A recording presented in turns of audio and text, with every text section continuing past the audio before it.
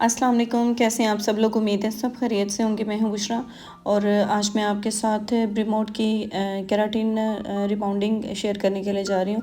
बहुत ही खूबसूरत silkie straight result है इनके बालों का। आप देख सकते हो कि बहुत ही खूबसूरत रिज़ल्ट था इनका और डेड स्ट्रेट और सिल्की हेयर थे इनके।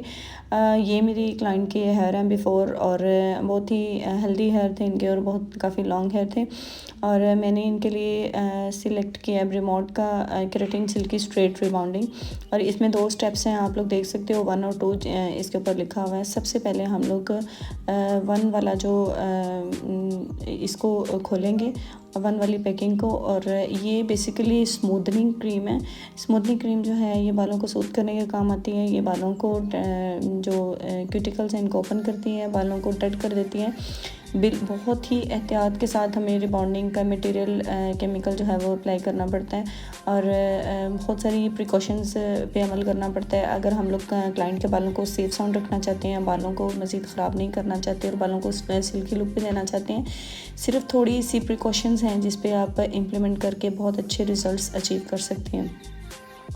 हेड को मैंने 4 पार्ट्स में डिवाइड कर लिया। 2 आगे के सेक्शंस हैं और 2 बैक साइड के सेक्शंस हैं और आप लोग देख सकते हो। और नेप एरिया से जो है वो मैंने स्टार्ट किया है करना और बिल्कुल जो है वो तकरीबन 1 इंच छोड़ के मैं इनका काम कर रही हूँ। बिल्कुल कभी भी आपने हमेशा याद रखना है, गलती से भी कभी क्लाइंट के जो रूट्स हैं इनको कभी भी जो है स्मूथनिंग क्रीम टच ना कर पाए।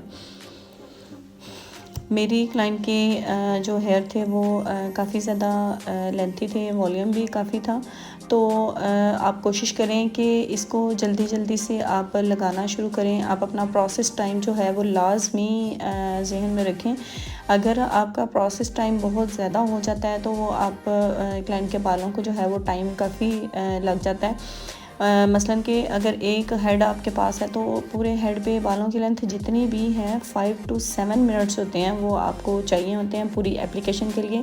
स्मूथनिंग क्रीम अगर 5 से 7 मिनट्स आपके ज़्यादा लग रहे हैं, आपकी इतनी स्पीड होनी चाहिए कि आप पूरी उसको कवर कर रहे हैं और बिल्कुल अच्छी तरह से कवर कर। लेकिन इसका मतलब ये भी नहीं है कि आप अगर बालों में आपकी स्पीड बहुत ज़्यादा है तो आप कहीं पे लगा रहे हो प्रोडक्ट और कहीं पे नहीं लगा रहे।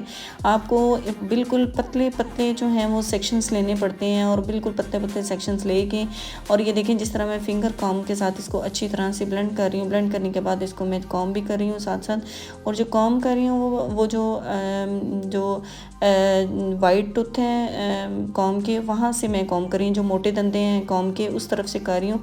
बारीक जो दंदे हैं वहाँ से आप लोग कॉम नहीं करोगे क्योंकि अब जितना भी आप लोग मटेरियल अप्लाई करते हो वो उसमें से निकलता जाएगा। और हमेशा ये बात ज़हन में रखें कि आपको 5 से 7 मिनट्स जो हैं वो इसके लिए जो है वो ज़रूरी हैं।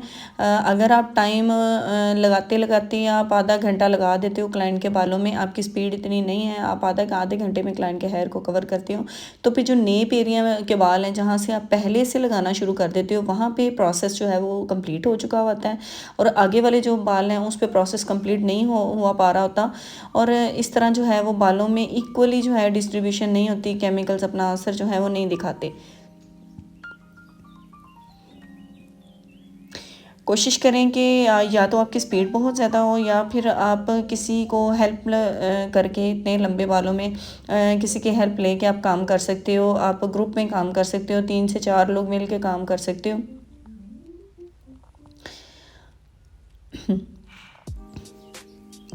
और बिल्कुल इतना आपके पास पतला सेक्शन होना चाहिए कि आप अगर नीचे हाथ रखते हो तो आपका हाथ जो है वो विजिबल हो, बिल्कुल आपका हाथ नीचे रखा हुआ नज़र आए, इतना पतला सेक्शन होना चाहिए। और अच्छी तरह आपकी जो आप स्मूथनिंग क्रीम अप्लाई कर रहे हो वो भी अच्छी तरह से ब्लेंडेड होनी चाहिए।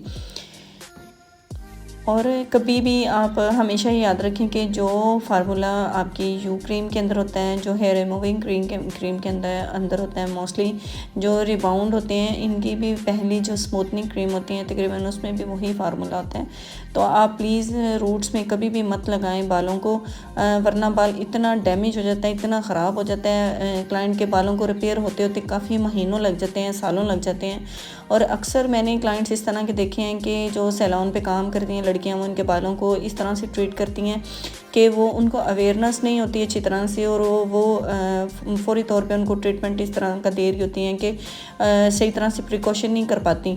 तो जब सही तरह से प्रिकॉशन नहीं करती जो है वो स्मूथनिंग क्रीम का टाइम या ज़्यादा हो जाता है, या फिर टाइम से वो लगा नहीं पा रही होती, या फिर जो है वो किसी किस्म की कोई चीज़ रह जाती है या रूट्स में लग जाती है, तो बालों का जो हेयर फॉल है वो बहुत ज़्यादा हो जाता है। और अक्सर मैंने क्लाइंट्स इस तरह के देखे हैं, वो बेचारे रोते रहते हैं कि हमारे हेयर फॉल इतना हो गया है, हम लोग गंजे हो गए हैं, हमारे रूट से बाल निकलना शुरू हो गए हैं, हमारे तो बालों की ग्रोथ स्लो हो गई है, हमारे बाल जो हैं वो बिल्कुल भी जो है वो ग्रोथ नहीं कर रहे। तो मेरी आपसे रिक्वेस्ट है कि प्लीज़ आप कंप्रोमाइज़ ना किया करें प्रोसेस के साथ, इसको प्रॉपर आप प्रोसेस को लेके चलें। ये देखें तकरीबन 5 से 6 मिनट मैंने इनके जो बाल हैं उसको इमल्सीफाई किए हैं अच्छी तरह से। जो इनके बालों में क्रीम लगी हुई थी उसको मैंने ब्लेंड किया है, और ब्लेंडिंग करने के बाद जो है वो इसको हम लोग वॉश करेंगे। एकदम से जो है वो हम लोग वॉश कराना शुरू नहीं करेंगे। जो भी आप स्मूथनिंग क्रीम अप्लाई कर चुके हो उसको आप अच्छी तरह से पहले इमल्सीफाई करते हो, इमल्सीफिकेशन के बाद उसको आप जो है वो वॉश करते हो। जी जनाब, वॉश करने के बाद मैंने इनके बालों को ड्राई कर लिया, और स्ट्रेटनिंग देखिए आप किस तरह से कर रही हूँ। जो स्ट्रेटनिंग के लिए सेक्शन है, देखिए नीचे हाथ रखा है और हाथ बिल्कुल आपका सेक्शन के नीचे से विजिबल हो रहा है, नज़र आ रहा है। कभी भी रिबाउंड में आप मोटा सेक्शन लेके बाल स्ट्रेट नहीं करते। और ये देखें कि एक बाल को कम से कम आपने 10 से 11 दफ़ा स्ट्रेट करना है। 10 से 11 दफ़ा जब आप स्ट्रेट करते हो तो उसमें डीप पेनिट्रेशन होती है, हीट जो है वो उसमें जाती है, क्योंकि आप पहले बालों को डेड कर चुके हो। अब जो प्रोसेस आप करने जा रहे हो यही प्रोसेस आपका लॉन्ग लास्ट रहने वाला है। अगर आप अच्छी तरह से स्ट्रेटनिंग कर लेते हो, बालों में वही रिटेन रहेगी, वही बालों का रिजल्ट जो है ना वो बहुत अच्छा देगी। तकरीबन 7 से 8 दफ़ा हम लोग स्ट्रेट कर चुके थे बालों को। उसके बाद तकरीबन यहाँ तक इसका टेक्सचर ये आया था। इसके बाद अभी भी हम लोग तकरीबन 4 से 5 दफ़ा बालों को स्ट्रेट करने वाले थे मज़ीद। और ये देखें कि हमेशा ज़हन में रखें कि छोटे छोटे पतले पतले और बारीक बारीक सेक्शन लें और बालों को स्ट्रेट करें। हर बाल का 10 से 12 दफ़ा स्ट्रेट होना बहुत ज़रूरी है। जी जनाब, ये देखें आपके सामने है बाल कितने डेड स्ट्रेट कर लिए, और जितने बाल स्ट्रेट होते हैं आपको उतना ही स्ट्रेटनिंग रिज़ल्ट बहुत अच्छा आता है। बेसिकली आपका जो रिबाउंड है वो डिपेंड ही स्ट्रेटनिंग पे करता है। एक तो प्रिकॉशंस करनी पड़ती हैं हमें स्मूथनिंग क्रीम में या न्यूट्रलाइजिंग क्रीम में, और दूसरा जो है हमें स्ट्रेटनिंग पे बहुत ज़्यादा फोकस करना पड़ता है। जी जनाब, इसका रिमोट का जो है वो स्टेप 2 ले रहे हैं हम लोग, केराटिन रिबाउंडिंग का। और स्टेप 2 जो है वो भी मैं आपके साथ शेयर करने जा रही हूँ कि हम लोग किस तरह से अप्लाई करते हैं। और हमेशा ज़हन में रखें कि मेरी क्लाइंट के बालों की लेंथ काफ़ी ज़्यादा थी, और उनके लिए मुझे सूटेबल भी लगा, काफ़ी ज़्यादा बाल वर्जन भी थे और काफ़ी अच्छा रिज़ल्ट दिया इन्होंने। और ये देखें कि वैसे ही जैसे हम लोगों ने स्मूथनिंग क्रीम अप्लाई किया उसके लिए 4 सेक्शंस बनाए हैं, सेम उसी तरीके से आप हेड को 4 पार्ट्स में डिवाइड करते हो और नेप एरिया से आप लोग लगाना स्टार्ट करते हो।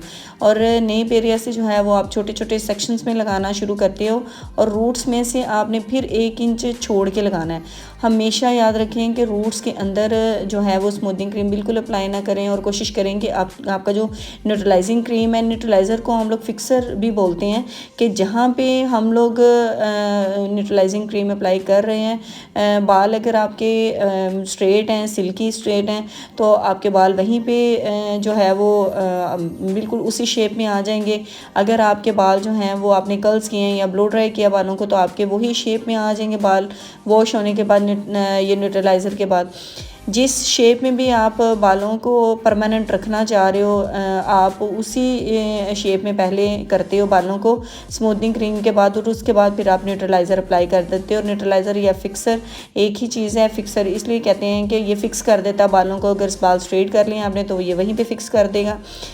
जी जनाब, तकरीबन आधा घंटा मैंने इसको दिया, और आधे घंटे के बाद जो है इनके बालों को मैंने वॉश करा लिया है, और वॉश करा के मैंने ब्यूटी कैप्सूल्स यूज़ किए हैं इनके ऊपर। इसके अलावा आपने बिल्कुल भी शैम्पू यूज़ नहीं करना। आप ये बात जहन में बिठा लें कि जब भी आप रिबॉन्डिंग प्रोसेस करते हैं तो शैम्पू पूरे ही प्रोसेस में आपने यूज़ नहीं करना। पहले स्टेप को आपने तकरीबन 35 मिनट्स दिए हैं, दूसरे स्टेप को आपने 25 मिनट्स दिए हैं। जी जनाब, सिल्की स्ट्रेट लुक आपके सामने है। उम्मीद है कि आपको पसंद आई होगी, और अगर आपको मेरी वीडियो पसंद आती हैं तो प्लीज़ मेरे चैनल को सब्सक्राइब करें, लाइक करें, शेयर किया करें। और आप मुझे टिकटॉक, इंस्टा, स्नैक वीडियो और फेसबुक पे भी फॉलो कर सकते हैं। नीचे डिस्क्रिप्शन बॉक्स में इसके लिंक्स मौजूद हैं। और अगर आप मज़ीद कुछ इससे रेलेवेंट वीडियोज़ देखना चाहते हैं तो मुझे कमेंट बॉक्स में कमेंट करें, मैं इंशाल्लाह उसका आंसर लाजमी करूँगी। अपनी दुआओं में याद रखिएगा। अल्लाह हाफिज़।